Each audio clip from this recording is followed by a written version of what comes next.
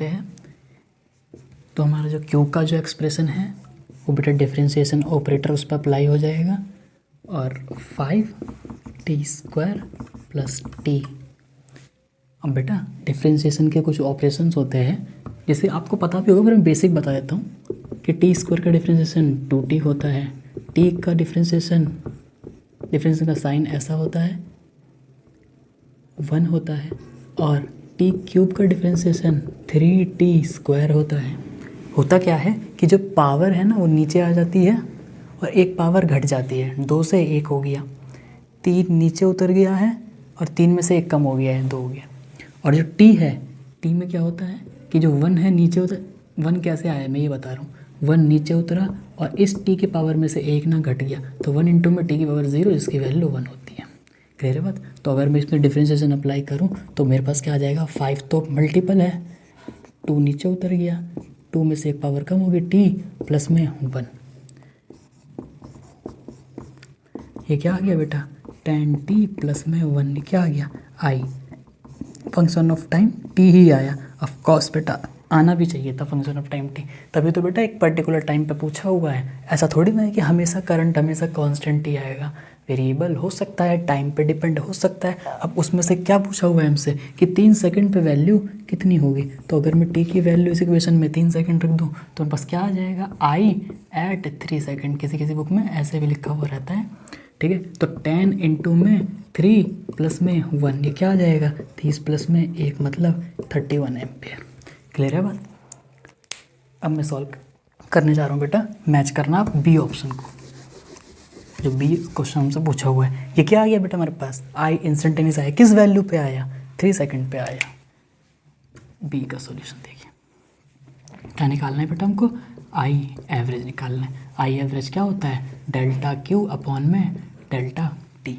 अगर मैं डेल्टा देखूँ तो delta is a big change, बड़ा चेंज है, किस समय के बीच में, 5 से लेकर के 3 के बीच में। तो मैं निकालूंगा Q at 3 second minus Q at 5 second, sorry बेटा फाइनल वाला पहले लेंगे, इनिशियल वाला बाद में। यहाँ से लेकर के यहाँ गए तो हम क्या करेंगे, Q at 5 second minus Q at 3 second upon में 5 माइनस 2। क्लियर बात? तो क्यू एट 5 सेकेंड, इसमें बेटा 5 वैल्यू रख देंगे तो क्या हो जाएगा 5 का स्क्वायर प्लस 5 माइनस 5 3 का स्क्वायर प्लस 3 अपॉन में 5 माइनस 2 कितना हो जाएगा बेटा, 5 माइनस 3, सॉरी क्वेश्चन में 3 बोला हुआ है तो क्या हो जाएगा 2 हो जाएगा। यहाँ से देखिए 25 पंचे 125 और 5 30 माइनस 3 तिया 9, 9 पंचे 45, 3 48, 130 माइनस 48 बटे में 2, इसमें बेटा घटाएंगे तो 30 जाएगा, फिर 18 जाएगा, 82 बटे में 2, क्या आ गया हमारे पास 2 4 जाए 2 4 54, ये क्या आ गया हमारे पास बेटा आई एवरेज आ गया। कितने समय के बीच का एवरेज है ये आई एवरेज है हमारे पास 3 सेकंड से लेकर के 5 सेकंड के बीच में। नोटिस करने वाली बात है यहाँ पे क्या, देखिए इंस्टेंटेनियस 3 सेकंड पे कितना आया 31 एम्पेयर, लेकिन 3 से लेकर के 5 के बीच में कितना करंट आया 41 एम्पेयर। यही नोटिस करने वाली बात है कि आई इंस्टेंटेनियस और आई एवरेज अलग अलग चीज़ें होती हैं, ये अलग अलग तरीके से बिहेव करता है। क्लियर है ना बेटा इतनी बात? बेटा नोट कर लीजिए, अगर आपके आंसर्स में डिफरेंस आया होगा तो आप यहाँ से सीख सकते हैं अपनी मिस्टेक्स को सॉल्व करना। मैं हटने जा रहा हूँ स्क्रीन से, आप नोट करना।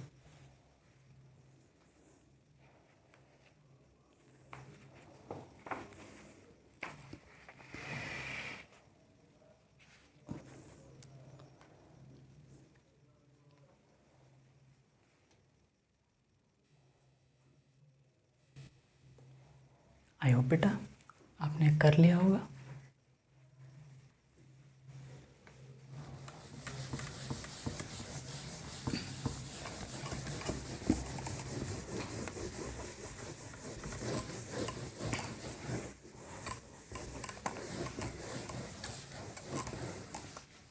चलिए बेटा, एक जो मैंने आपको बताया था ना concept, electronic current conventional current, उस कंसेप्ट पे क्वेश्चन करते हैं।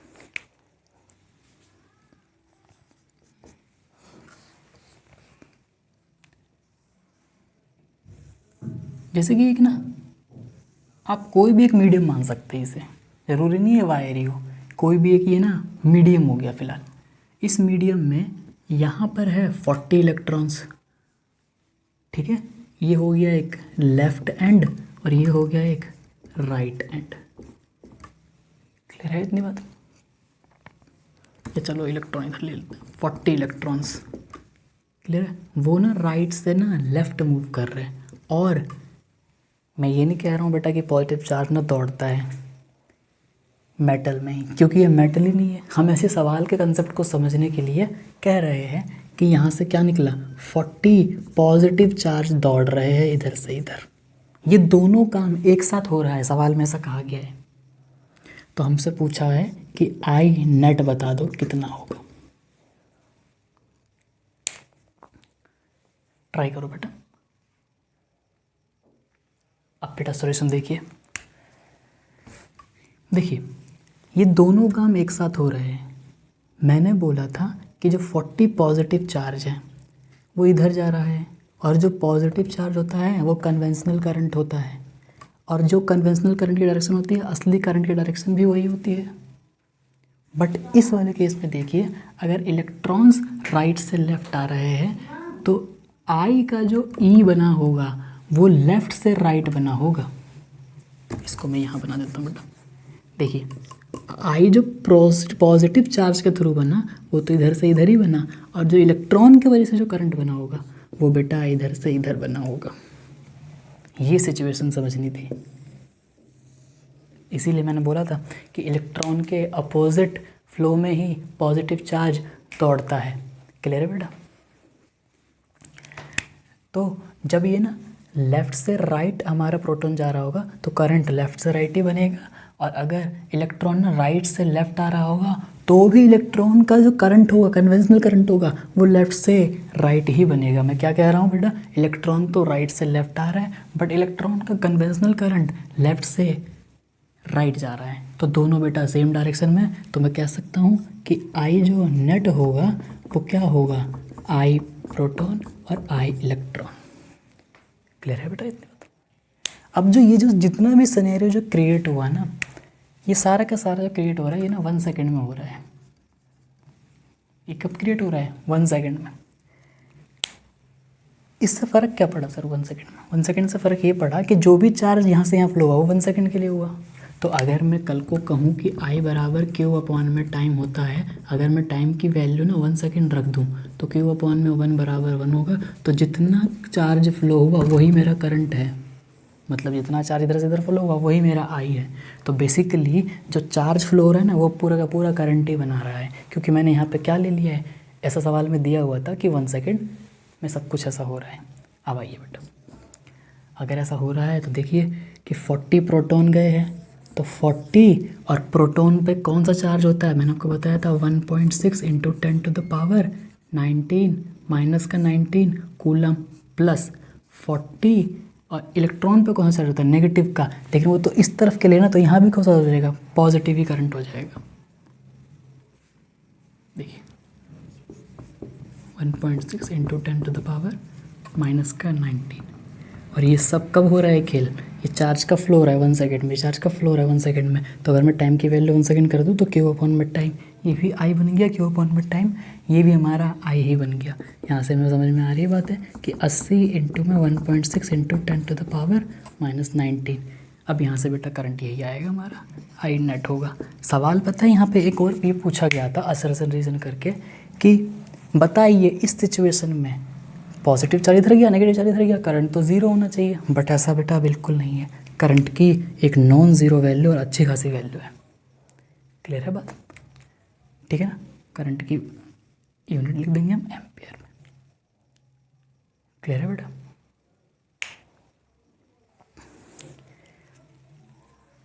ठीक है, अब आप ऐसा करिए, इसे नोट कर लीजिए, और अगर डिफरेंसेस आए होंगे तो आप इसे करेक्ट करना।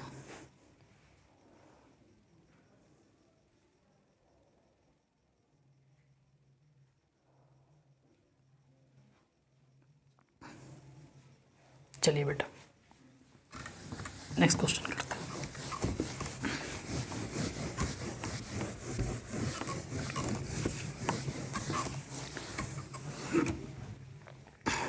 नेक्स्ट सवाल करते हैं। जो हमारा क्वेश्चन है वो दिया हुआ है कि जो आई है ना 3t + 2 function of time t दिया हुआ है, इंस्टेंटेनियस तो हम स्मॉल से दिखा लेते हैं, क्लियर। और हमसे पूछा हुआ है charge flown in 2 to 4 second, 2 से लेकर के 4 सेकेंड के बीच में आपसे चार्ज का फ्लो पूछा हुआ है। ये क्वेश्चन बेटा मैं करा देता हूँ, इससे एक मिलता जुलता बिल्कुल रिलेटेड क्वेश्चन, और मैं आपको एक असाइनमेंट भी दे दूंगा डिस्क्रिप्शन बॉक्स में, आपको PDF मिल जाएगी और आप उस सवाल को क्वेश्चन को ट्राई करना, जिससे आपका कॉन्सेप्ट और एनहांस हो जाएंगे। क्लियर है बेटा। अब देखिए जो Q होता है सॉल्यूशन, जो Q होता है वो क्या होता है I × dt, यही तो सीखा था हमने। अब हमसे Q ही पूछा हुआ है तो हम इंटीग्रेट करेंगे। सवाल में कितना टाइम का इंटरवल दिया हुआ है 2 सेकेंड से लेकर के 4 सेकेंड तक, और I का एक्सप्रेशन क्या दिया हुआ है 3t + 2, इसी फंक्शन को हम इंटीग्रेट कर देंगे। बेटा मैंने एक और बात बताई थी आपको कि जो Q होता है ना वो ना एरिया होता है, पर यहाँ ग्राफ तो दिया हुआ नहीं है, तो हम सिर्फ मैथमेटिकल एक्सप्रेशन को, इंटीग्रेशन को सॉल्व करके ही निकाल देंगे इस सवाल को। क्लियर है बेटा। देखिए तो जो 3t का जो इंटीग्रेशन होता है बेटा, इंटीग्रेशन अभी मैंने डिफरेंशिएशन बताया था, वैसे उसका ऑपोजिट होता है इंटीग्रेशन। अगर मैं t का इंटीग्रेशन करूं तो अपने को t² / 2 मिलता है, क्लियर है। और अगर मैं एक कांस्टेंट का इंटीग्रेशन करूं, जैसे 1 का इंटीग्रेशन करूं तो मेरे को t मिलेगा। ऑफ कोर्स मैं 1 dt का इंटीग्रेशन कर रहा हूँ, टाइम के रिस्पेक्ट में कर रहा हूँ, यहाँ भी टाइम के रिस्पेक्ट में ही कर रहा हूँ। क्लियर है बेटा। तो देखो ये क्या हो जाएगा 3t² / 2 + 2t, क्लियर है। और यहाँ मैं लगा दूंगा लिमिट, कहाँ से कहाँ तक 2 से लेकर के 4 तक।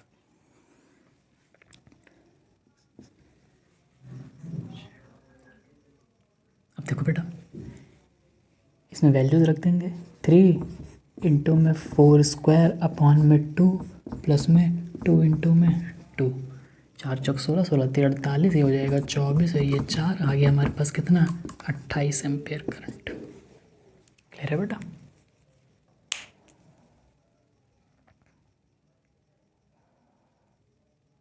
सॉरी ये हमारा Q पूछा हुआ था ना, I तो बेटा दिया हुआ था एम्पेयर में ही, ये Q है, Q फ्लोन, तो क्या हो जाएगा 28 कूलाम। क्या हो जाएगा बेटा 28 कूलाम। अब इसी सवाल में ना एक एडिशनल प्रॉब्लम और है। देखो इस इंस्टेंटेनियस करंट ने कितना चार्ज फ्लो किया 7, कितने समय में 2 से लेकर के 4 के समय। कोई मेरे से पूछे कि अगर